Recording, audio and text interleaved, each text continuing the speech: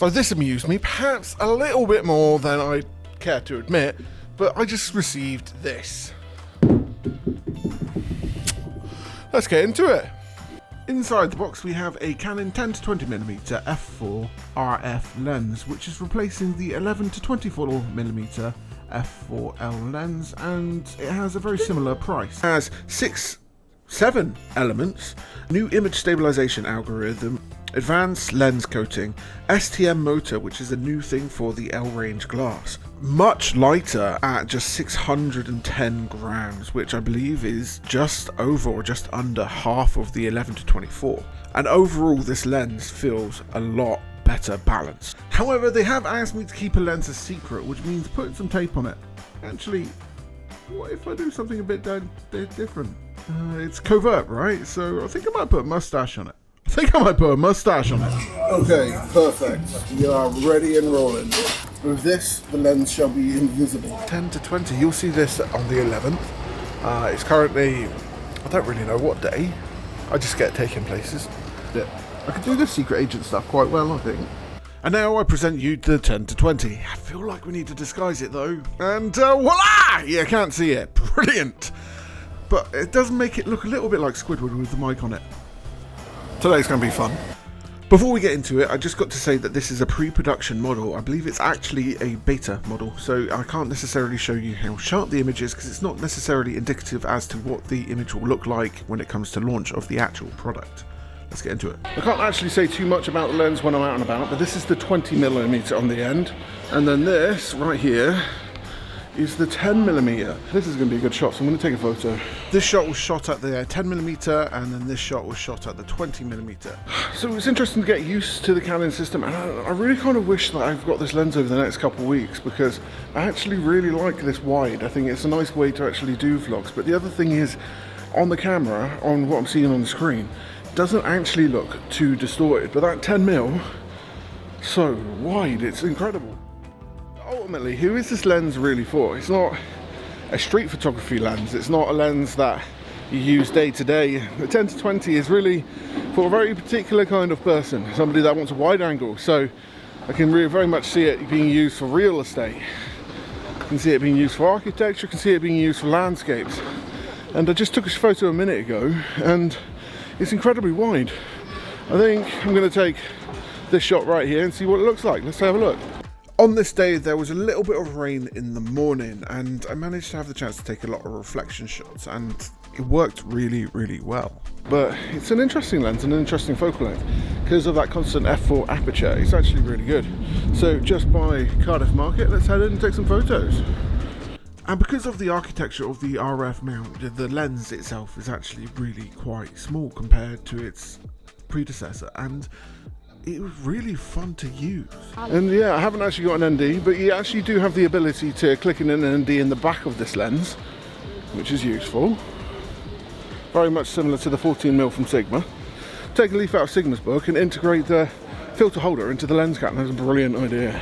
Walking a bit further along now, I found another place I want to take a photo of, and this is the St. David's Hall, which is actually getting shut down soon, I believe. But let's take a shot.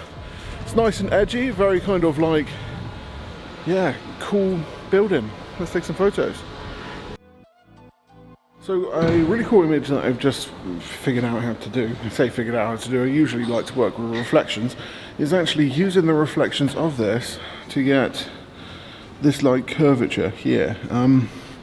Looks really cool. And when you're doing these kind of photos, it's a really good idea to think a little bit outside the box when it comes to the angles you're doing, but also what you've got around you. It's a really great way to get a really cool shot. So let's see it. The other thing to bear in mind is angles. When you're working in kind of like arcades and like interior areas, especially when you've got glass ceilings as well, you can actually get some really interesting shots if you just look up.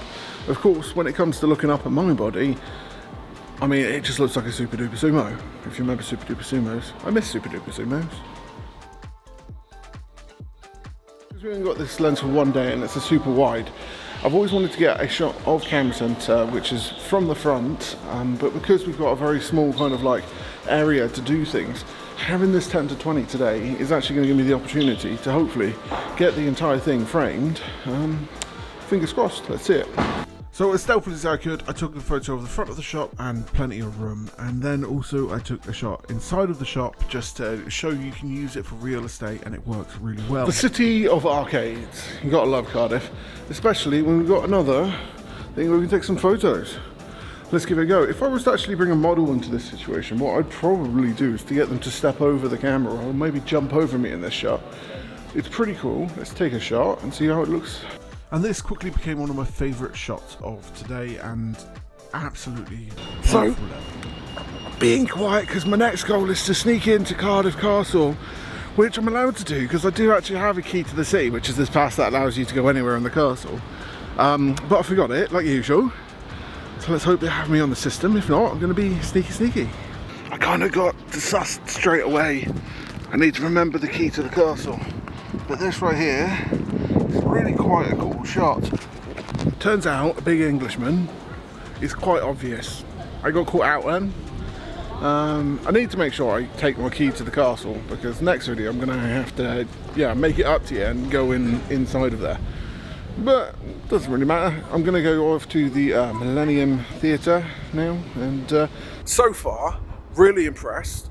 Really enjoyed shooting with the 10-20, and I never thought I would be as engaged with a super wide, because that's 10mm, that's almost a fisheye lens, right? And the reason why I'm impressed with it, and I am really impressed with it, that's an honest thing, is that it's remarkably straight for such a wide angle lens. I mean, even with this lens, I get a little bit of distortion here and there. I mean, it's not much. Sony have done a pretty good job at, keeping the G lens pretty, sustainable, and the sun's coming out. But yeah, no, really impressed with it. Can't wait to actually see the photos that I've got from today. Let's do a couple more photos anyway. I'm going to test out it compared to its previous iteration, because it's a bit hard swapping the lenses out, especially when you're doing this kind of stuff. I'm trying to be as incognito as possible. That's me, I'm fully incognito. If you see me in a crowd, I just disappear. Yeah, no I don't. I'm obvious. I'm massive. Let's take some photos. I just tried out a shot between the previous version and then this version, and size is a really big thing when considering this lens. I mean, it's just so much smaller. And now we're in front of the Senedd building, which is the Assembly Government of Wales building. It looks really cool, and in terms of an architecture photo, you can't really ask for anything better really. It's nice and modern, looks cool, and let's take some photos. Every now and then, I believe it is important for people who are in this profession or do photography or videography to really try something new. Now, I'm not trying to say you should buy a £3,000 lens to try something new. What I'm saying is, every now and then, do something a little bit different.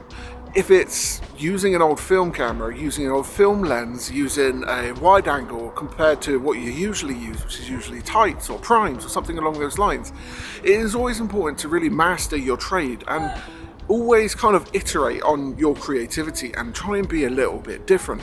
Now, I'm not saying I know how to do this, and more often than not I get stuck in the same ways of creating. So, for example, I pretty much shoot with primes, but when I used the A7C and the A7RC, I really enjoyed using zoom lenses, and I've never really used super wide angles, but today with the 10-20, I've really enjoyed using that lens, and it provides a different perspective and a different understanding of what it means for you to be a creative, and for you to be able to see something in a different way to what you usually do.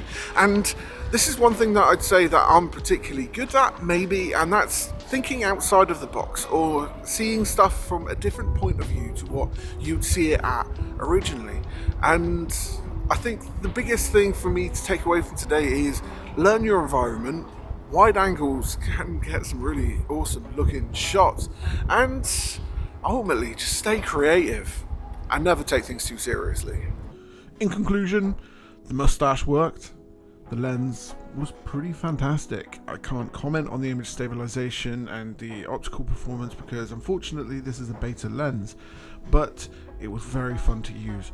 You are losing a little bit compared to the 11 to 24 that you would get in the previous iteration, but a 10 to 20 is kind of a better focal length anyway. You got a little bit wider there, and really had a lot of fun with this lens. If you enjoyed this video, make sure you like, follow and subscribe to see more. If you have any ideas as to what you want to see next, then please let me know. I am incredibly proud to be a creator for Camera Centre UK, and I can't wait to see where this goes next. I'm so excited, and I hope you join me along the journey. Anyway, have a good day.